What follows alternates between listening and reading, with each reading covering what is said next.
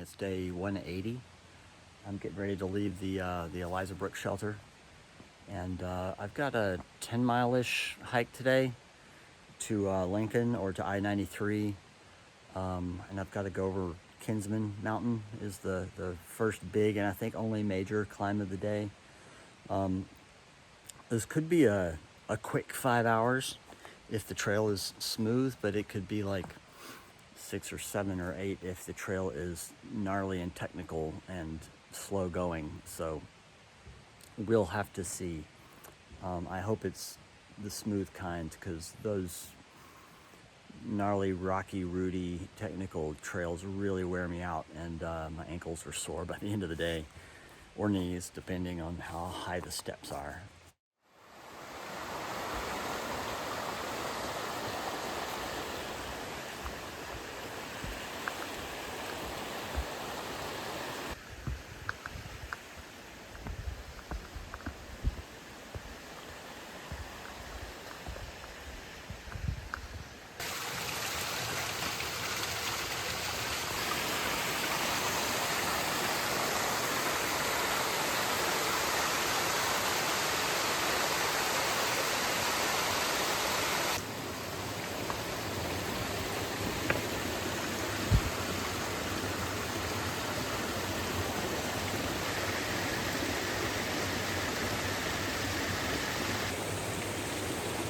It's just been non-stop gorgeous cascades all morning. It's hard to get any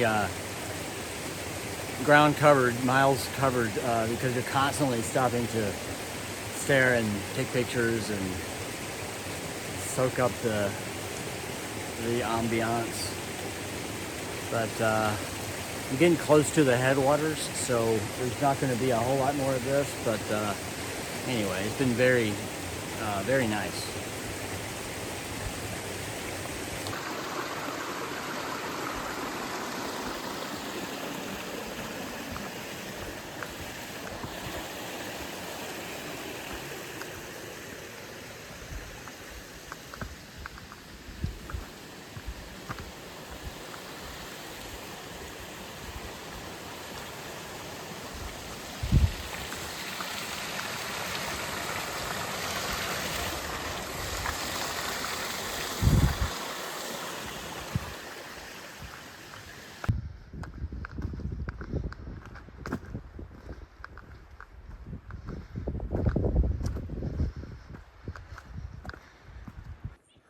Well, I've come to another, I'm assuming some kind of beaver pond clearing, but the bog section I'm going through now, I was not able to keep my feet dry.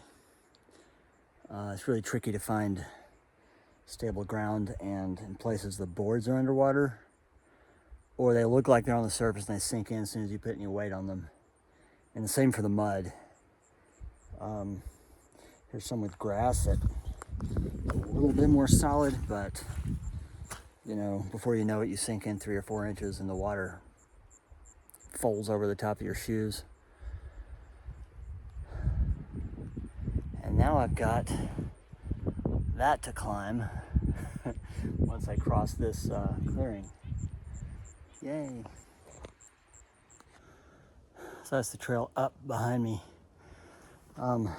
You know, ahead of me, but behind me in this shot.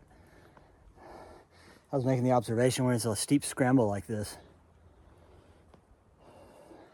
it's like also mentally exhausting, because every step is a route selection, not just the next step. It's also you're deciding, you know, which little micro ledge on the big slab will get you to the top of the slab without falling off. But you're making that decision with like every third step for the next 3 steps, constantly, nonstop.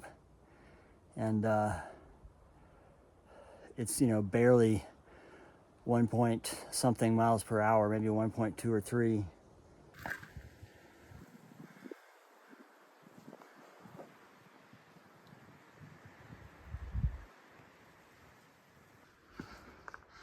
Well, this is still not quite the top. We just come out on a little flat ledge, and then there's going to be one more little spurt, probably not even 100 feet, vertical to the true summit. I am hoping there's a view.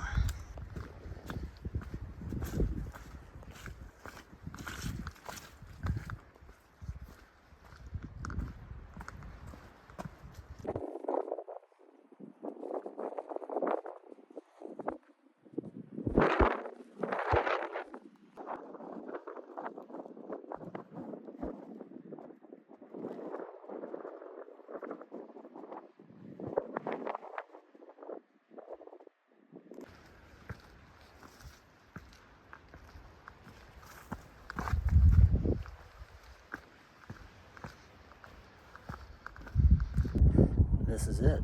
The views were better in that direction on the last summit, but they're better in this direction on this summit. I'll give you a 360 here.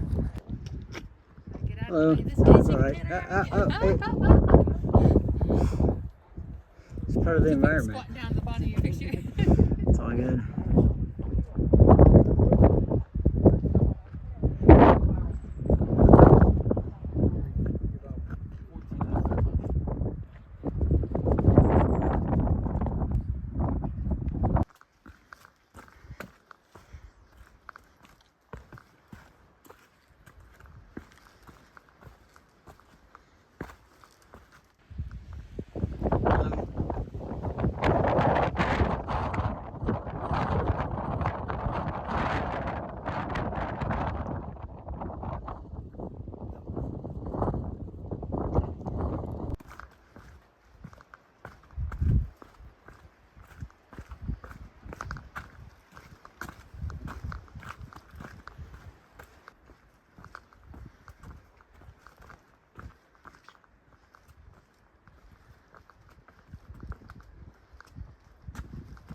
So I'm taking my lunch break here at the Kinsman Pond shelter, and it's a really nice shelter. I love the overscaled log, stacked logs for the cabin, and all the details are fantastic. And anyway, yeah, so I'm taking my lunch break at Kinsman Pond cabin, and Kinsman Pond shelter.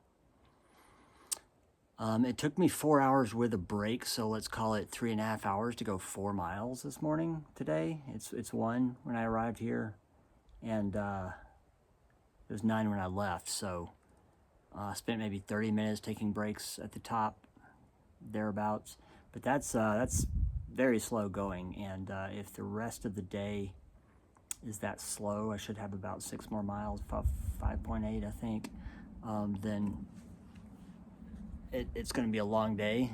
Hopefully it converts to a little bit more easygoing path. I guess I could ask some of these day hikers I've been passing all day. Apparently this is a very popular summit from Franconia Notch, or I-93 area, Lincoln, the town of Lincoln, which is at the end of this trail, but it's like a 7-mile hike to the summit from that side. Anyway, yeah, just taking a load off and eating some food. So, and here's kind of the. I had to go wide angle because I'm sitting right in front of the cabin, but fairly close. But this is gives you an idea of the cabin, the shelter I'm talking about. I keep saying cabin because the front entrance is so small.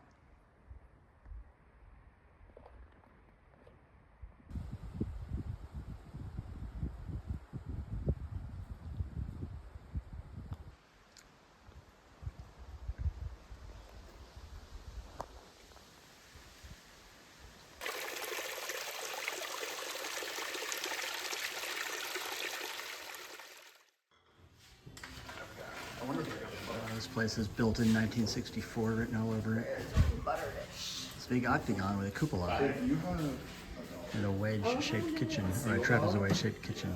You can make change in there. Oh, okay. Yeah. Oh, Sure. There should be ones in there. Let's hope the trail is like this the rest of the way down.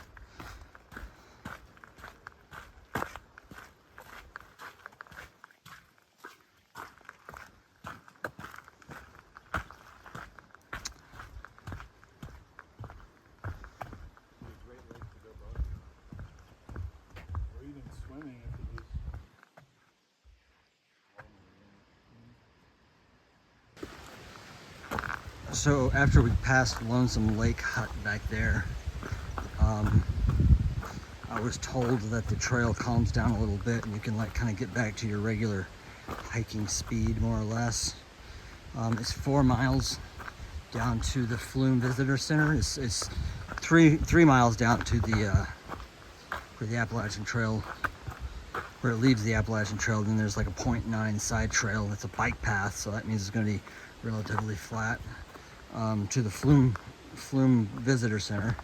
So this is what the calmed trail looks like. It actually is a little bit more calm, but like less brutally technical, but still lots of foot placement you have to be careful of. I just rolled my ankle, which caused me to collapse down to my right knee, both of which startled me, but I seem to be okay. Nothing popped on either of those, but that's why I'm talking facing away, because I gotta pay too much attention to even be able to walk and talk headshot.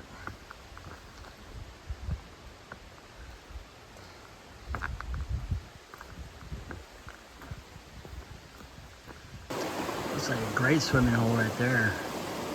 I like swimming in the tea.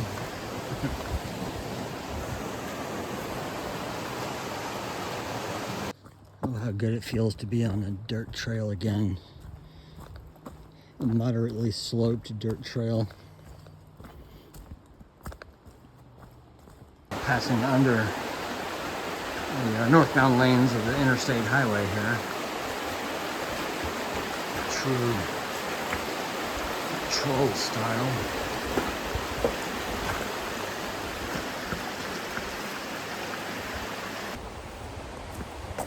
I really don't have anything new to say. I just wanted to take advantage of this smooth path to do something where I can take my eyes off the trail for a second. So yeah, I'm about, gosh, probably take me 20 minutes to hike to the end of this trail to the Flume Visitor Center, where I get right into Lincoln. I'll be staying at the Notch.